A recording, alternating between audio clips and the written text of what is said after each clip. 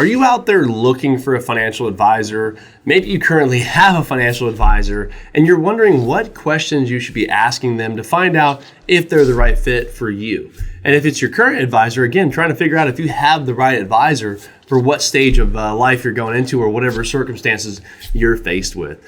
Watch this video as we talk about the 5 questions you should be asking your financial advisor or a financial advisor you're interviewing to see if you're a good fit. Enjoy this video.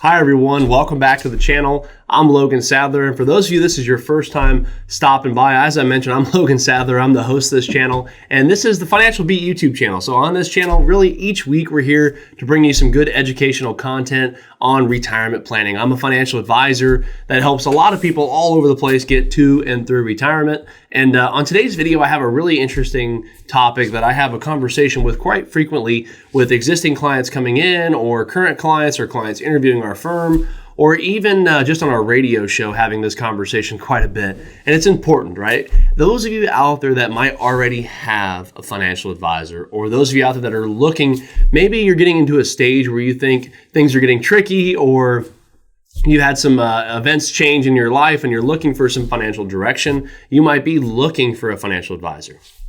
This could be a great video because one thing I often hear from a lot of people that come into our office is, well, what questions should I be asking, right?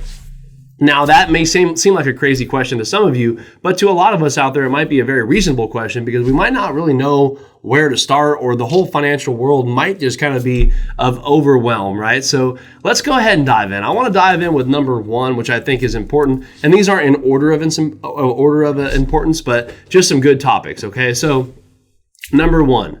How do you get paid, right? I think how the financial advisor gets paid is super important to understand. I'm one of those people, I really think there's certain advisors out there for different circumstances. Not one way of getting paid is better, but it is important to know the ways your financial advisor does get paid, because that might definitely influence the direction of advice or recommendations or whatever direction they're going in. That might have something to do with it, right? There's some advisors out there, for those of you that don't know, they might be strictly fee-based. So maybe they only charge financial planning fees. Maybe they charge a fee to manage your account, like a percentage of your account size. There could be different ways where some people charge just a planning fee. So they're a flat fee, meaning you might pay X amount of dollars, let's say $1,000 to get a financial plan. Some of that, a lot more than that. But you might just get a financial plan and then you're on your own to implement the plan. Some people do the continuous management of it, help implement the plan, and charge you a percentage of the account. There's also other advisors out there that might have some recommendations that might be commission-based. So if you're putting money into an insurance type of product, there might be a commission for the advisor.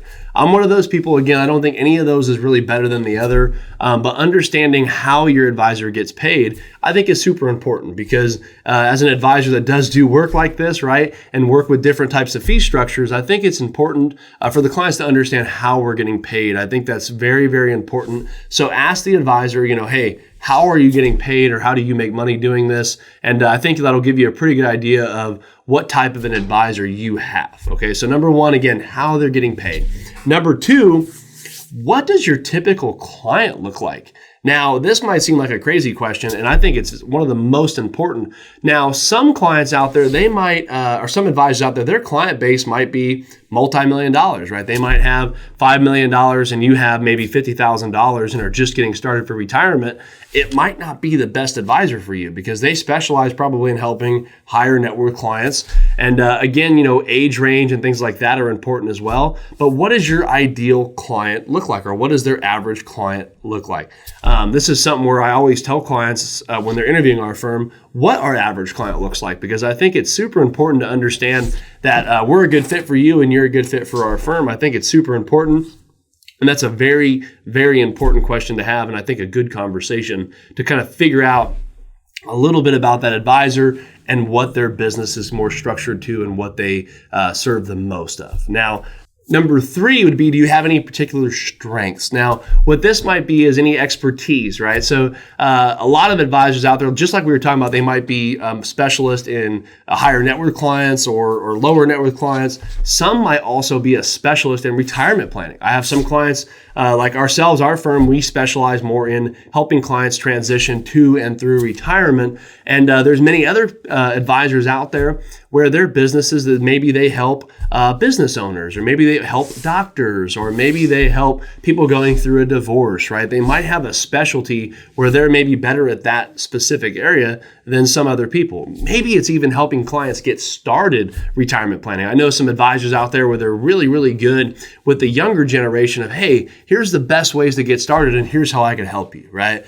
So I think that's super important too, is understanding what type of dynamic and what type of client they work with, but also what is their strength as the advisor? Is it accumulation, income, retirement planning, right? Divorce planning, whatever it is. There's a lot of different sectors and different types of advisors that might have a specialty in one area versus the other.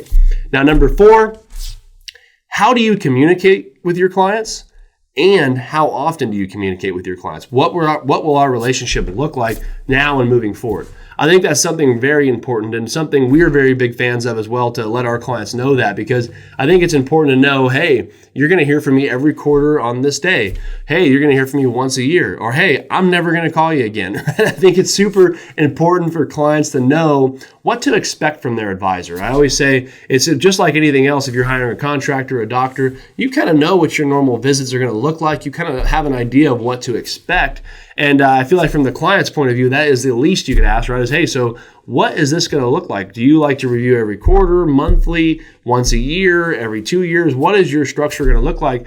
Because I'll be honest, I know some clients that want more touches. They want to be talked to more by their advisor. Some clients don't want to hear from their advisor at all, but once a year, maybe if that, right? So I think it's important to find that right relationship out there and making sure your advisor has the setup for that client service model that you're looking for, the one that you might need depending on your situation.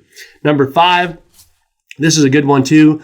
Will I be working with you or will I be working with someone from your team?